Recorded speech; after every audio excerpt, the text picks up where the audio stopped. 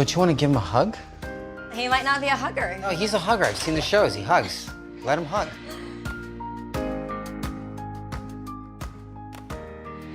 I'm Brooke Burke, and I'm thinking that Tyler might recognize me from hosting Dancing with the Stars, but he's probably too young to have watched that show. And I'm thinking he's probably even too young to remember where it all began, which was at E! My first gig was hosting Wild On, the job of a lifetime. We're here at my home in Malibu, and I think that the reading was really important to take place here because there's so much that has happened within these walls.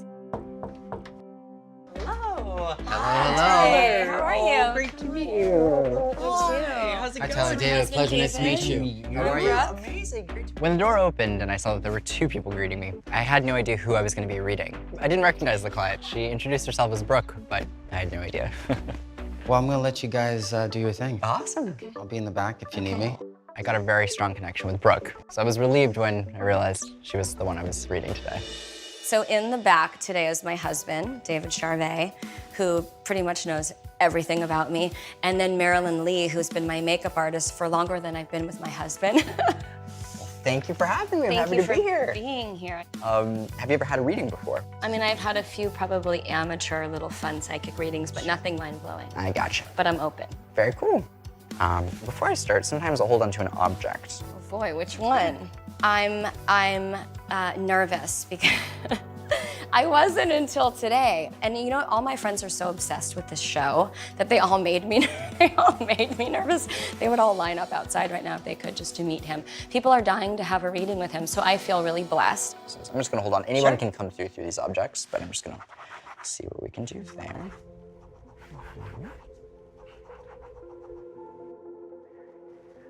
So this is weird. They're showing me Valentine's Day, which would bring me to the month of February. I'm seeing balloons, which would indicate an annual date, either birthday or death date. I have this man coming in who passed kind of under weird circumstances, and I feel like this person passed away way before the time that they should have. And this comes through. Okay. Sometimes they'll draw commonalities between certain situations, and on the way here, they were showing me Matthew Shepard, who was obviously found on a fence, and this, to me, kind of indicated more of a situation of like, something happens to me, an event happens to me, and then there's like a period of time until right. I'm discovered or found. That's right. And people wonder in that time frame, like, could I have pulled through, or what was happening, or was this person like already deceased? And it's just this whole like question mark. He was a John Doe in the morgue for a couple of days before. There's also a joke about work husband, or being someone's work husband, or like going to work and it's like, you're my, I don't know what this is. That's right. No, you're It's right. a joke about work husband. Sorry, it comes across in a funny way, like, work husband, I don't know. It's Yeah. cute. No, he was my work husband. It's sweet. Actually. I love it. Holy There's a reference of seeing hummingbirds. I'm seeing like the flapping of hummingbirds, and Oh my God. you need to know that this is a sign, because there's a reference to this. Oh my Coming in, God. hummingbird, hummingbird, hummingbird. It's like, I'll always be your hummingbird. I don't know what this is. He always said to her, whenever you see a hummingbird, that's me. Oh my God. This heart has the ashes of Stephen Right. Lake. God, it's all just so painful. You know, Stephen was my hairdresser, my right hand for over a decade. And in addition to that, at work, he was also my best friend. Every gig that I've done on television, he was right there. He died in, I think it was February. I have to confirm that date, but it was tragic and in his 40s and suddenly. And you know, you mentioned my day husband. That was the joke. We worked together very closely for a long time. And hummingbird that you brought up, whenever I see a hummingbird, it reminds me of him. And he loved hummingbirds, and he had a tattoo of a hummingbird on his arm. So when he brought up the hummingbird, I was just like, it's just, there's just no way. Okay. I'm showing my symbol for not taking accountability for my death, so that's interesting. When people come through, if they do this, it's my symbol of them saying, I did this to myself. If they do this, it's their way of acknowledging I didn't necessarily do this to myself intentionally, or there were other factors, like externally. For some reason, he's not taking full accountability for the passing. So it's not saying like I killed myself, or I intentionally transitioned myself.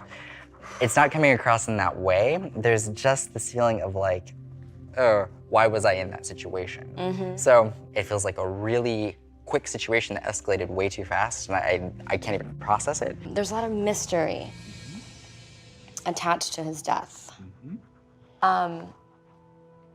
You know, I think mystery, you know, when we think about loss and people passing and death, mystery is so painful because you don't get closure.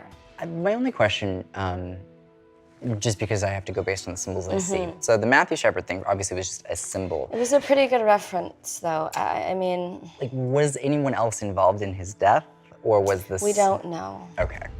Nobody really knew how he died, and he fell from his rooftop in the middle of the night, in the wee hours of the morning, I should say. And the mystery was, did he fall? Did he slip? You know, did he fly? Did he, you know? So it was really nice to hear that symbol of he didn't do that. And I always knew that he wasn't suicide. I knew that it was a tragic accident.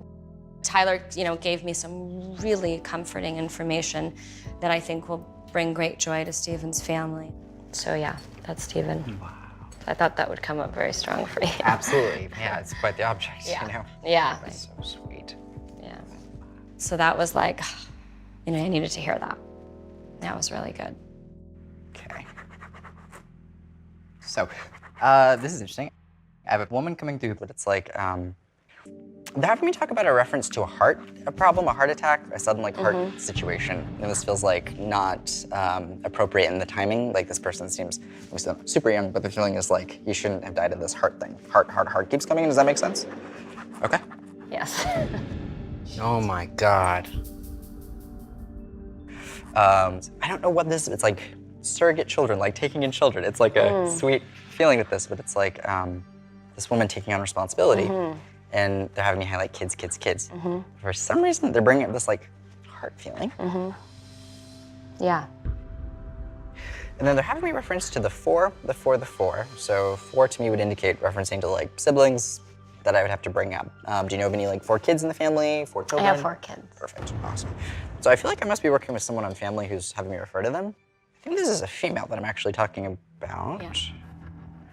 Is having me reference these 4. Not all of them though. Like there's one, like this is the weirdest thing. I'm acknowledging children, but there's like a feeling of connecting to one. I know this might sound That's weird. right. No, that's right. But there's what like a might sound special weird? connection. So we're referencing 4 kids, but they're having me highlight 1, 1, 1, 1, 1, and like Yeah. special connection. Yeah. And there's a feeling of like this one still feeling me, still seeing me, still being connected to me. I don't know what this is, but one of the kids would like have a connection to this woman. And the feeling is like, I'm connected to this one even from the other side. I've tried to give little signs that I'm around, but it's like an insistent thing of 1, even though there's an acknowledgement That of makes 4. sense. Does that make sense? Totally. Awesome.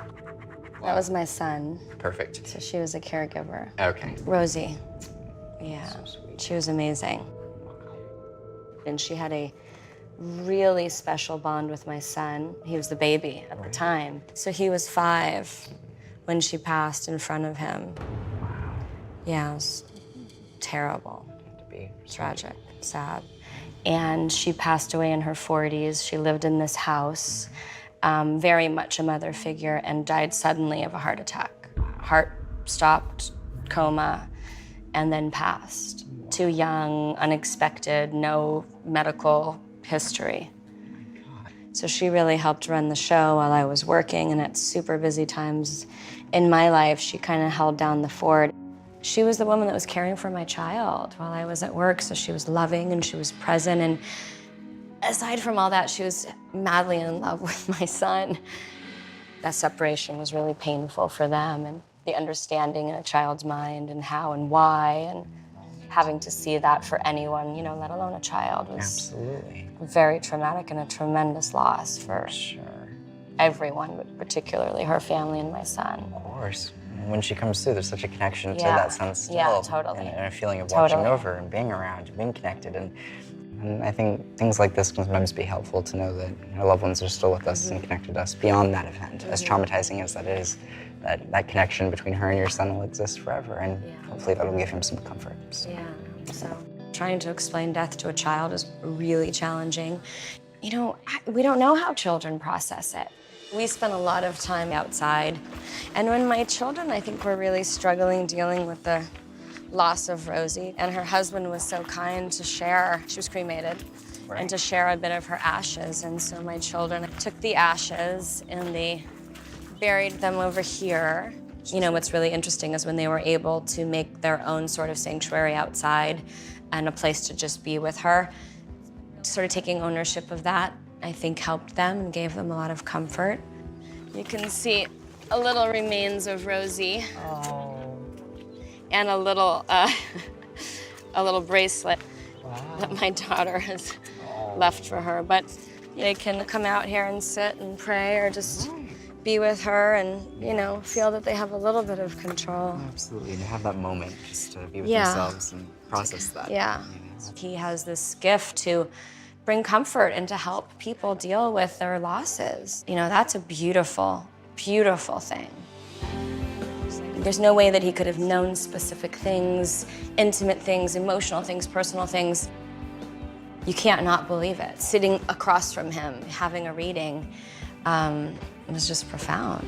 I'll be back for dinner, you know? I love it. No, you have an open invitation, Kay. Oh, thank you so much. much. Have a great rest of your day. Bye.